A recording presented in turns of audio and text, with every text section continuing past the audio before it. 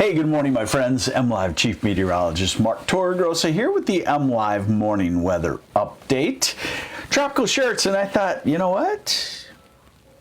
Ladies wear tropical stuff too, so is it tropical shirts or tropical dresses for you? Well, whatever it is, get it on, because not so much today, but you know, I do this as we go forward, and if the temperatures are going to be warmer than normal. So we're 45-ish today in general.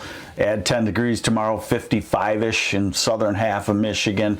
Add 10 degrees on Friday, 65-ish. Some places run at 70.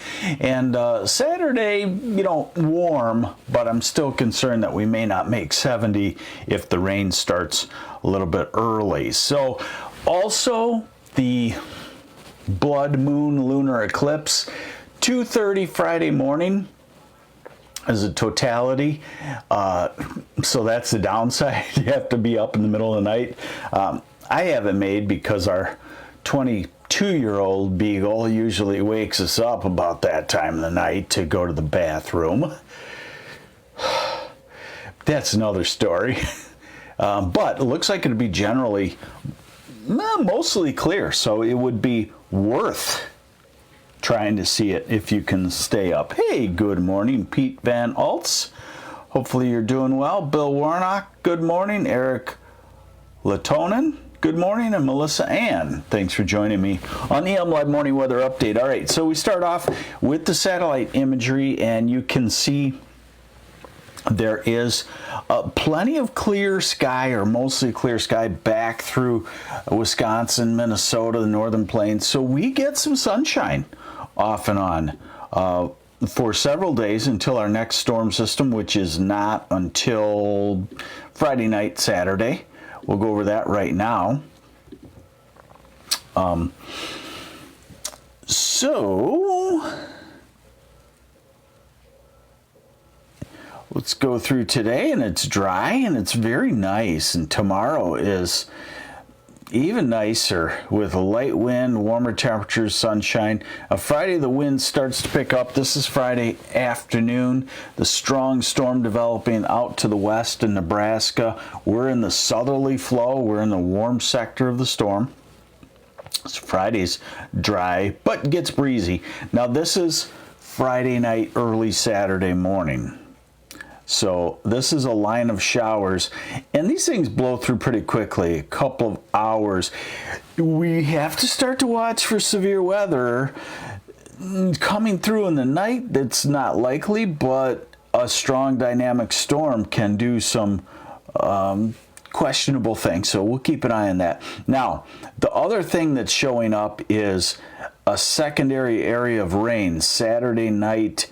And now this is Saturday night, Sunday morning, and then morning into afternoon. So it looks like a first front. We stay in the southwest wind during the day on Saturday, warm up, and then the main cold front comes through Sunday morning. Cold front for one day, but then we go back to southwesterly flow. And next week, something to keep an eye on, because this has been showing up for several days now. A storm center coming across northern lower Michigan, putting the UP in a snowstorm, southern lower closer to severe weather, as in severe thunderstorms, and then behind it, this would be late next week, you might get a wraparound snow coming through. And that's still certainly reasonable at this time of the year, but then you see the next storm system, here it comes, another spring one. Unfortunately, I would have to say that if we stay in this pattern into April, we will have a widespread severe weather outbreak somewhere in Michigan or the Great Lakes. So this is that same model in the ensemble mode, and I just want to take a look at late next week.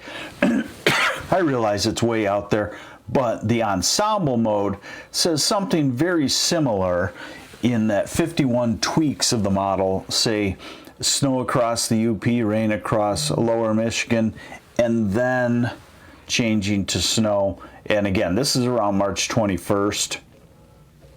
And then back to warmer temperatures.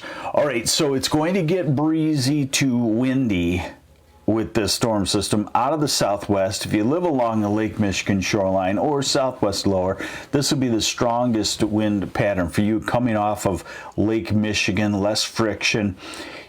These are the maximum wind gusts on Saturday, and where you see that orange, Manistee County, Ludington, down toward Big Rapids, that would represent about a 55 mile an hour gust, peak gust.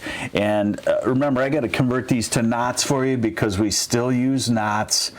I have no idea why. I'm guessing some mariners use knots, but I think you could convert over to miles per hour too.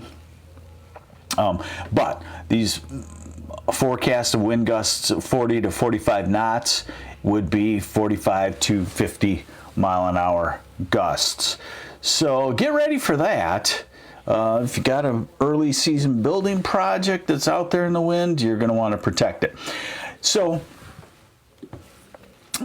you know, what is winter and what is normal now is kind of hard to keep a grasp on.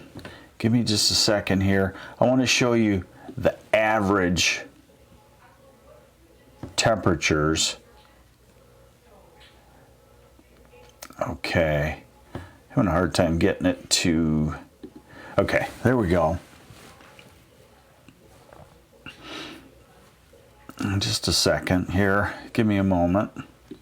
Is it Friday yet? Not yet. Okay. All right. So what you're looking at here, I just like to keep you updated on what's normal. And at this time of year, it's hard to track what's normal because the normal or average high and low temperature are going up fairly quickly, about a degree every 2 or 3 days. So let's just get a bearing. So when I talk about 60s on Friday and near 70, bear in mind that's about 25 degrees warmer than normal. Most record high temperatures are about 25 to 30 degrees above normal, so we'll come close. It doesn't look like we will set some records because remember we had a March, I can't remember what year it was, 2012, and it was just crazy. So a lot of records come back from then. But what I want to show you is these are the low temperature, average low temperatures for this morning. So we are still, even though we're talking as we warm up, mornings are still going to be below freezing for the most part, 20s and teens even on the cold days. And it still starts off wintry with the winter coat, and then you shed it maybe in the afternoon. Let's go out a week and we go up a couple of degrees, but still cold mornings are the average.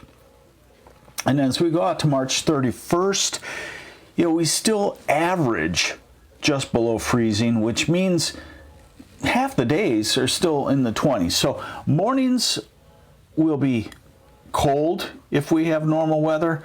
But note what happens to the high temperature. So our average high temperature now, Ann Arbor, Saline, 44 degrees, Grand Rapids, 41, Saginaw, 41. Let's go a week out, and Grand Rapids and Saginaw go to 44. So 3 degrees of warmth is gained over the next week.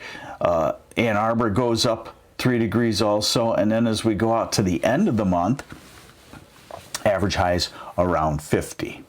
Now here's why I said, let's put on the tropical shirts. Here's the high temperature forecast. Today, 40s in the northeast, 50s in the southwest. Tomorrow, add on 10 everywhere. 50s in the northeast, low 60s in the southwest. Friday, add on another 10 everywhere, maybe 70. Hey, good morning, Ruth Askren. Good morning, David Morin. Thanks for watching. And Ralphio. I like that. Ralphio. This is Friday. 70 perhaps. Grand Rapids, Kalamazoo, Lansing, Jackson, Coldwater. Ann Arbor, maybe 68. Saginaw, maybe 67. Traverse City, 63. Then Saturday, And Saturday, I got a better feel for what's going to happen. So this first batch of rain Friday night is not really the cold front. It's what we call the prefrontal rain. So it comes through. We actually clear some on Saturday, keep a southwest wind, and continue to warm up. Then the cold front comes through Saturday night or Sunday. So this is Sunday, and you could see Traverse City and Grand Rapids highs back to only in the 30s. Then you get a strip of 40s. You get 50 in the southeast, but that's probably a morning thing. We're right back at it. By Monday, we're back to 50-ish, and by Tuesday, we're back into the 60s, and Wednesday, we're back in the 60s, flirting with 70, and next Thursday, March 20th, in the 60s, a little colder Friday, and then we get to the weekend, 50s and 60s. So what you're seeing is we've really made the break to some very mild temperatures. Now, we're going to have to talk about a couple of things. If we stay in this regular storm pattern every, let's call it 4 to 6 days, a mature storm system is moving across the country, that will be our severe weather season. It will start in the south first. If you're going somewhere for spring break, know where you're at, because these storms can produce deadly tornado outbreaks, large-scale ones, in the southeast at this time of the year. And if this jet stream holds together in this configuration by April and May, it comes up into Michigan, and we are due for severe weather. It's been a while since we had anything widespread, and this kind of pattern would facilitate it if it continues to be strong. So why I show you this to you is this is what we look at as, the upper airflow. So any big time U-shaped bend is a storm system. So there's one in the southeast that misses us, and then here comes our Saturday storm. So that Saturday storm comes out of the southwest and comes into the Great Lakes, and really no cold air behind it. We warm up ahead of the next storm, and then here comes the next storm. And that's the one that may have enough cold air on the north side of it to produce some snow. That's certainly not unheard of in Michigan, May 21st. That moves out, and then notice as we get to May 25th and 26th, another similar type storm system. So we are in a very active storm track, I guess I would say it. Not so much in numbers or closeness of storm systems, but large mature storms about, like I said, every 4 to 6 days. Prior to that, get out the shirts, the tropical shirts. I would say spring is springing now, and you'll have to deal with some cold mornings, maybe a shot of snow that melts very quickly, but what we're seeing out in the future, it all looks like spring. So go ahead and get yourself a big dose of spring fever. Mother Nature will help you with that here shortly. So thanks for joining me on the MLive Morning Weather Update. I'm MLive Chief Meteorologist Mark Torregrossa. We do this every morning, and I will keep you updated when the severe weather happens. We will keep you updated as best possible on MLive. Thank you, and take care.